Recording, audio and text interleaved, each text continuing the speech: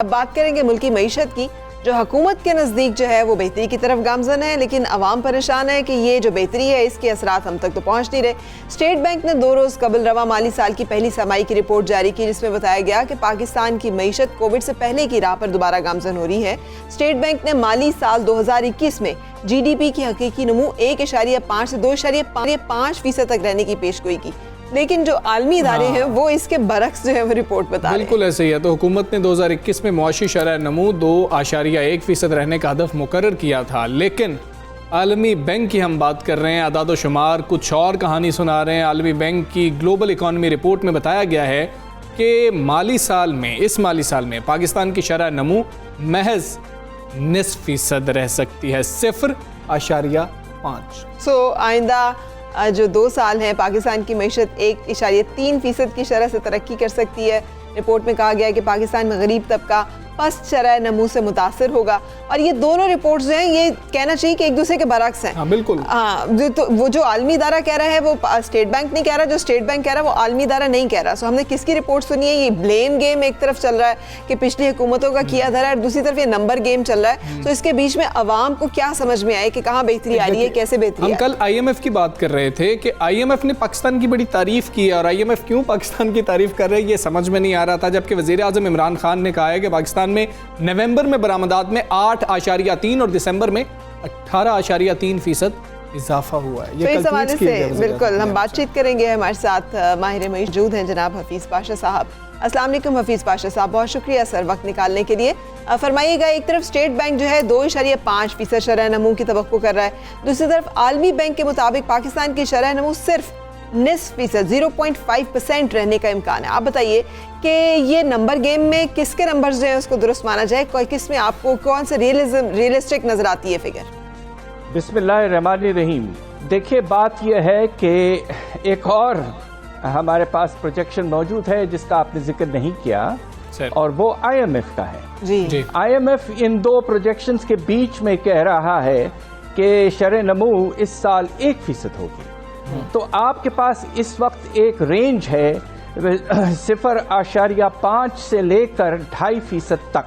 جی، ان میں سے کس کا نمبر جو ہے وہ زیادہ مناسب لگتا ہے؟ پہلے تو میں یہ بات بتا دوں کہ پچھلے سال کا جو شرح نمو حکومت نے منفی 0.4% بتایا تھا، وہ دراصل کم تھا، اس سے بھی زیادہ گراوٹ آئی۔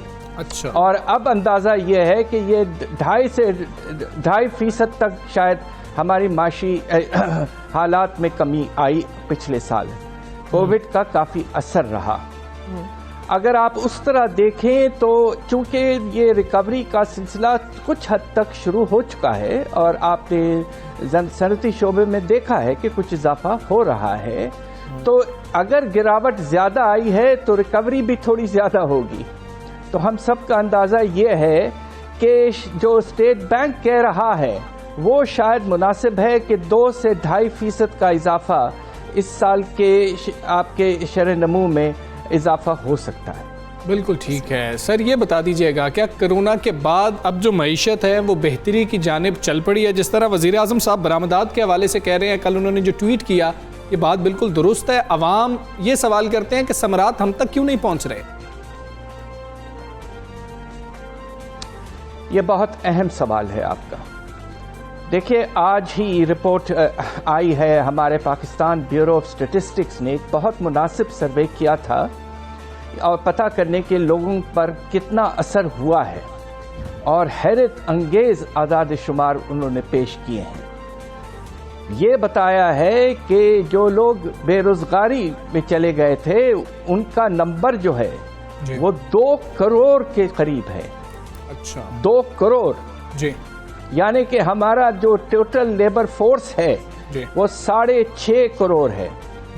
تو اس میں سے کچھ وقت کے لیے 2 کروڑ سے زیادہ لوگ بے روزگار ہو گئے تھے، مگر اللہ کے فضل سے اس میں کافی کمی آ رہی ہے۔ دوسری طرف غربت میں جو اضافہ ہوا ہے وہ بے پناہ اضافہ ہوا تھا کووڈ کے فوراً بعد، اور آپ دیکھیں کہ جب ایک وقت پہ 2 چیزیں ہوتی ہیں، بے روزگاری اور افراط زر میں اضافہ، تو اس کے نتیجے میں غربت میں تو یقیناً بہت اضافہ آیا ہے، اور ابھی تک اندازہ یہ ہے کہ تقریباً 3 کروڑ لوگ زیادہ غریب ہو چکے ہیں۔ تو بڑے افسوسناک اعداد شمار ہیں۔ ہم سب کی دعا ہے کہ جلد سے جلد یہ حالات بہتری کی طرف چلے جائیں۔ آمین۔ مجھے بتائیے گا سر کہ آپ نے بھی یہ لکھا تھا، اسٹیگفلیشن کے بارے میں لکھا تھا، کہ تو آپ سمجھتے ہیں کہ اس میں سے پاکستان باہر نکل آیا ہے، اور جو انڈیکیٹرز اب ہمیں اچھے بتائے جا رہے ہیں، اس کے ثمرات اس سال میں 2021 میں عوام کو ملیں گے، مہنگائی کم ہوگی، روزگار کے مواقع پیدا ہوں گے؟ بات یہ ہے کہ ایک نئی چیز جو ہے کہ کووڈ-19 کا جو دوسرا ویو ہے وہ اس وقت جاری ہے، اور خدا نخواستہ اس سے بھی کافی نقصانات ہو سکتے ہیں۔ تو یہ کہنا کہ ہم بالکل نکل آ گئے ہیں اور ریکوری کا سلسلہ بڑے طاقت سے چل رہا ہے، یہ نامناسب ہے۔ البتہ کچھ بہتری آئی ہے، اور ہم سب کا اندازہ یہ ہے کہ انشاءاللہ اگلے سال 2021 کے دوسرے حصے میں پاکستان میں انشاءاللہ تیز رفتاری آئے گی، اور ہمارے جو ترقی کی رفتار ہے وہ 4% تک جا سکتی ہے۔ اگر ایسا ہوتا ہے تو یقیناً پھر حالات میں مناسب بہتری آ سکتی ہے، مگر اس کے لیے ہمیں یہ دیکھنا ہے کہ سیکنڈ ویو کا جو اثر ہے وہ کب تک قائم رہتا ہے۔ بالکل ٹھیک ہے سر، اگر ہم اسٹیٹ بینک کے جو اشاریے ہیں ان کو درست مان لیں تو حکومت کو اب کیا کرنا ہوگا کہ ہم یہ اچیو بھی کر سکیں؟ حکومت کو کیا پالیسیز ہیں جن کو تبدیل کرنا ہوگا، یا انہی پالیسیز کو کیری کیا جائے؟ پہلے تو یہ ہے کہ اگر اسٹیٹ بینک کے افسران برا نہ مانے تو ان کے جو پروجیکشن ہے اس سال کے کچھ حد تک وہ نامناسب ہیں۔ سب سے پہلے تو وہ یہ کہہ رہے ہیں کہ افراط زر جو ہے اس کی رفتار 7 سے 9% کی رینج میں رہے گی۔ اب اس وقت وہ 8% سے زیادہ ہے۔ اب آپ یہ دیکھیے کہ تیل کی قیمت میں نمایاں طور پر اضافہ ہوا ہے، 35% اضافہ ہوا ہے پچھلے کچھ ہفتوں میں۔ اس کے نتیجے میں پاکستان میں بھی تیل کی قیمتوں میں بہت اضافہ ہونے کا خطرہ موجود ہے، اور شروع ہو چکا ہے سلسلہ۔ دوسری طرف آپ یہ دیکھیے کہ دنیا بھر میں کھانے پینے کی چیزوں کی قیمتوں میں اضافہ ہو رہا ہے، اور جو ہم امپورٹ کرتے ہیں، پام آئل ہے، پلسز ہے وغیرہ، ان سب میں اضافہ ہونے کا خطرہ ہے۔ اور آخری جو سب سے بڑا خطرہ ہے ایک لحاظ سے، کہ کہیں ایسا نہ ہو کہ حکومت پریشر میں آ کر بجلی اور گیس کی نرخوں میں بہت اضافہ کر دے اگلے کچھ ہفتوں میں اور دنوں میں۔ یہ 3-4 چیزیں اگر ایک وقت پہ ہو گئیں تو پھر خدا نخواستہ آپ کا رفتار جو ہے آپ کے انفلیشن کی وہ 10% سے اوپر جانے کا خطرہ۔ حفیظ پاشا صاحب، IMF کا پروگرام ابھی سسپینڈڈ ہے۔ جب IMF کا پروگرام جو ہے وہ دوبارہ سے بحال ہوتا ہے، اور اس کے ساتھ ساتھ ٹیکس کی جو وصولیاں ہیں اس کا ہدف حکومت کا، ان دونوں چیزوں کا ہمیں بتائیے گا ذہن میں رکھتے ہوئے کہ اہداف حاصل ہو سکیں گے، اور IMF کا پروگرام جب سسپینڈڈ نہیں ہوگا تب بھی ہمیں چیزیں جو ہیں وہ اتنی اچھی لگیں گی، بہتر ہوں گی، اور ترسیلات زر اور برآمدات میں اضافے کا رجحان بھی جاری رہے گا، ڈالر کی قیمت بھی مستحکم رہے گی؟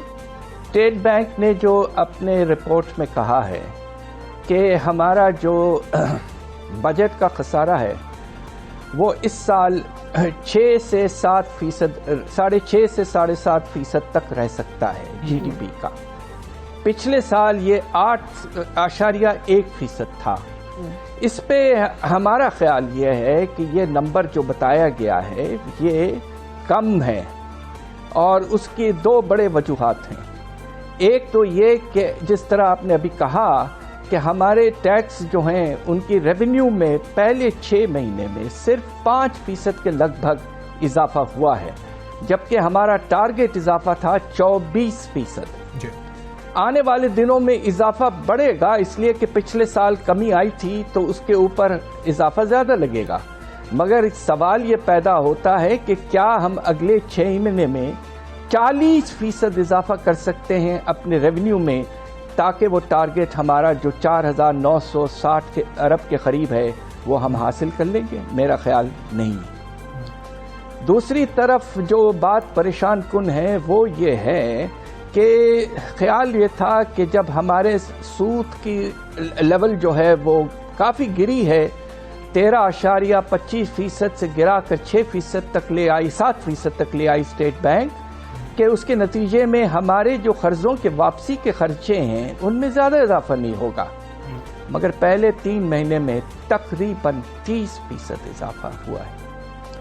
یہ سب چیزیں اگر آپ ملا لیں تو یہ خطرہ موجود ہے کہ پچھلے سال اگر ہمارا خسارہ 3,400 ارب کے قریب تھا تو اس سال یہ 4,000 ارب کے اوپر جا سکتا ہے، اور اگر ہم IMF کے پاس واپس جانا چاہیں گے تو سب سے زیادہ پریشر وہ ہمارے بجٹ کی بہتری کی طرف ہم رجحان ہمارا بڑھائیں گے۔ اس کے نتیجے میں ٹیکسز میں اضافہ کرنا پڑے گا جو کہ بہت ہی اس وقت نامناسب ہوگا۔ اکانومی میں تھوڑی سی جان آئی ہے، وہ جان بھی چلے جائے گی اگر آپ نے ٹیکسز کو اس وقت اضافہ کیا، اور IMF کو سوچنا چاہیے کہ ساری دنیا بھر میں ٹیکس ریلیف اور پیسے زیادہ خرچ کیے جا رہے ہیں، آپ پاکستان سے تو یہ نہ ایکسپیکٹ کریں کہ ہم بالکل اپوزٹ کریں کووڈ کے بعد، تو لہٰذا IMF کا پروگرام واپس آنا چاہیے، مگر اس کے جو ٹارگٹس ہوں اس میں جسے کہتے ہیں انگریزی میں ہیومن فیس ہونا بہت ضروری ہے۔ بالکل ٹھیک ہے۔ حفیظ پاشا صاحب، یہ فرما دیجئے گا، عام آدمی کے لیے، غریب آدمی کے لیے اس کا ایک ہی سوال تھا جب ہم اس سال کے آغاز میں تھے، ابھی بھی آغاز میں ہے، کیا 2021 میں مہنگائی کچھ کم ہوتی ہوئی آپ کو نظر آ رہی ہے یا ابھی کچھ بھی کہنا قبل از وقت ہوگا؟ مجھے افسوس سے کہنا پڑتا ہے کہ پہلے کچھ مہینے جبکہ تیل کی قیمت جس طرح میں نے پہلے کہا کہ 35% بڑھ چکی ہے دنیا میں، $40 فی بیرل سے یہ تقریباً $55 فی بیرل تک پہنچ گئی۔ اس کے نتیجے میں ہمیں اپنے پیٹرول پہ جو ٹیکسز ہیں وہ کم کرنے پڑیں گے، اور اس کے باوجود قیمتوں میں اضافہ ہوگا۔ اب جب پیٹرول اور ہائی سپیڈ ڈیزل میں اضافہ ہوتا ہے تو اس سے ہر چیز کی قیمت میں اضافہ ہوتا ہے، اس لیے کہ ٹرانسپورٹ کاسٹ بڑھ جاتا ہے۔ تو میرے پاس اس وقت کوئی اچھی خبر نہیں ہے، البتہ یہ ہے کہ اگر حکومت یہ کوشش کرے کہ کسی طرح سے بجٹ کے تھرو وہ اپنا احساس پروگرام، جو ایک نہایت عمدہ اور اچھا پروگرام تھا جس پہ انہوں نے تقریباً 1.5 کروڑ گھرانوں کو پیسہ پہنچایا، پتہ نہیں کیوں انہوں نے بیچ میں یہ کہہ دیا ہے کہ ہم اس کو آدھا کر دیں گے۔ آدھا بالکل نہ کریں، بالکل نہ کریں۔ آپ اگلے 2 مرتبہ آپ اس کو وہی لیول 1.5 کروڑ لوگوں کو پیسہ پہنچائیں، اور ہو سکے تو کچھ اور پہنچائیں اور ریلیف دیں۔ اس وقت قیمتوں میں کمی آنے کی گنجائش کچھ کم ہے، اور حکومت کو ریلیف اور دینے کی بہت شدت سے ضرورت موجود ہے۔ بالکل بہت بہت شکریہ، آپ ہمارے ساتھ رہے، اور اس وقت انہیں ریلیف جو ہے حفیظ پاشا صاحب کو کم دکھائی دیتا ہے، حکومت کو ریلیف دینا جو ہے وہ ضروری ہے تاکہ عوام کو کسی نہ کسی طرح سے اس مہنگائی میں اور بہت بڑی ہوئی مہنگائی میں سانس مل سکے، سانس آنے کا موقع بالکل جی، امید کرتے ہیں 2021 پاکستانی معیشت کے لیے اور پاکستان کے غریب کے لیے ایک اچھا سال ہو۔